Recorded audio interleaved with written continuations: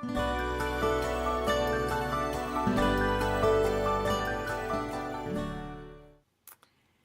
Read Through the Word family. Today is February the 26th. It is great to be with you and to be in the Word today.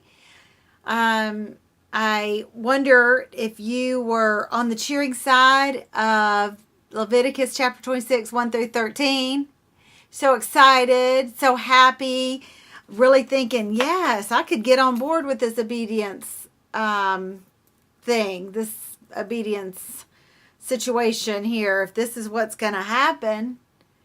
But then we get to verse 14 and he says, however, there's always a however, right? There truly is always a however. There is free will to obey God and to do as God asks of us, and to follow through with His ways and His word. And then there are consequences for not doing that. Now, these consequences are very severe. They might have made you stand on your head a little bit. But just take a little mental note. Many of these things will come to fruition. Because as united as they are and committed as they claim to be to obey the Lord, they don't. So, not completely. So it's, yeah. So he had to lay it all out there for them. But that's not where our lesson is today. Chapter 26 is just one of those intriguing chapters. It's just polar opposite there of the things that will happen with disobedience and obedience. But I want us to talk about the idea of the Lord our God. I am the Lord your God. This is not the first time this has been said. I am the Lord your God, Leviticus 25:38, who brought you out of Egypt, the land of Egypt, to give you the land of Canaan and to be your God. And I wanted us to visit the concept of our Egypt. And visit and I realize this is not a popular, not something that a lot of people want to talk about. A lot of people don't want to talk about where they've been. A lot of people don't want to talk about their Egypts because they're still there. They're still in the land of Egypt. They're waiting for their land of Canaan. They're waiting for their land of promise. And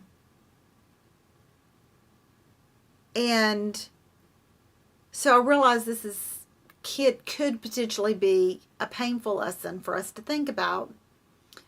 But I want us to go there, and I want us to think of the fact that God has brought us from somewhere.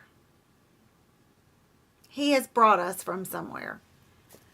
Some type of Egypt. And when I say Egypt, I'm referring to a place of bondage. A place where we were a slave to something. Maybe a slave financially.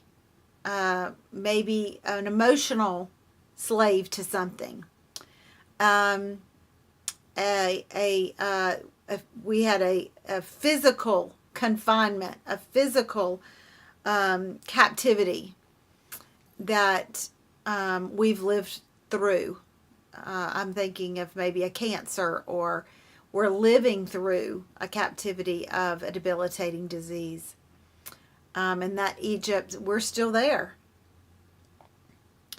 But I want us to, for a moment, think of and praise God for His goodness in bringing you from Egypt. You might not be fully out of your Egypt, your place of captivity, but God has brought you this far. And you may be hanging out in the wilderness right now, like the Israelites, and you don't know exactly what you're doing there. And you know you're going somewhere, but you don't know exactly where you're going. Or you know you're going there, but you're wondering why it's taking so long. But you're not where you were because of the goodness of God. So I want you today, I don't give homework, and I'm not checking homework, and I'm going to ask you to share this. But in your journal, would you write, "You are the Lord my God.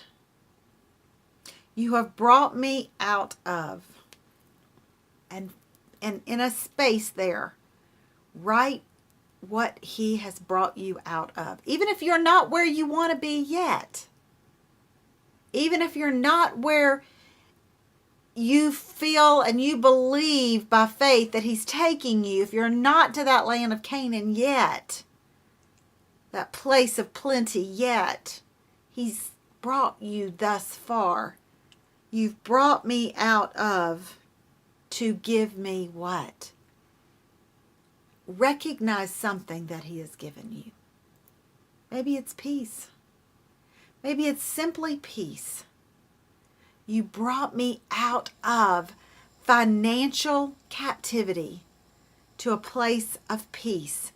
I'm not in financial freedom yet, and I don't mean freedom as in a millionaire, billionaire. I mean as in not having any, no longer having debt. I'm not there yet, but I have peace. So think about that. Even if we are still in a place of captivity of some sort, we're not where we used to be. Even if the growth is this much, even if the movement is this much, barely touching, he's moving us. He's moving us little by little. So today, don't miss the opportunity to recognize where he's led you from, where he's brought you from, and where he's led you to.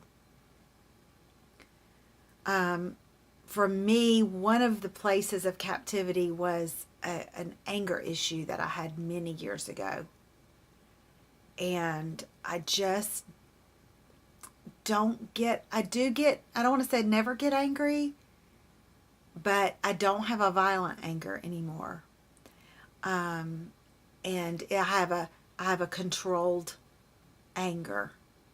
And so he's brought me to a place where I realize the futility of anger, of being physically angry. And I don't mean hitting people.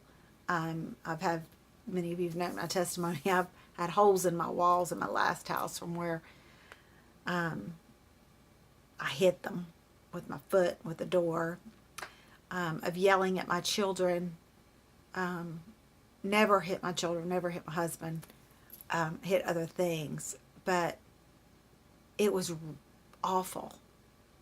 And my children saw that, especially my daughter, saw that a good bit of her formative years. And he's redeemed all of that. And he's brought me out of that place, that Egypt. And he's given me a resolve on how to handle my emotion of anger. So recognize his goodness today in your life. And worship. I've put a worship song there today. And worship him. And thank him for all your life that he's been faithful.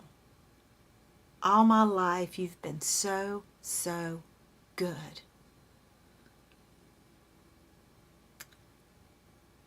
He has been.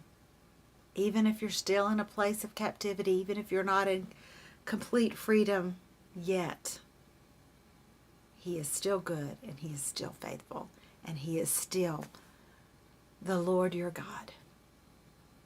See you next time on Read Through the Word.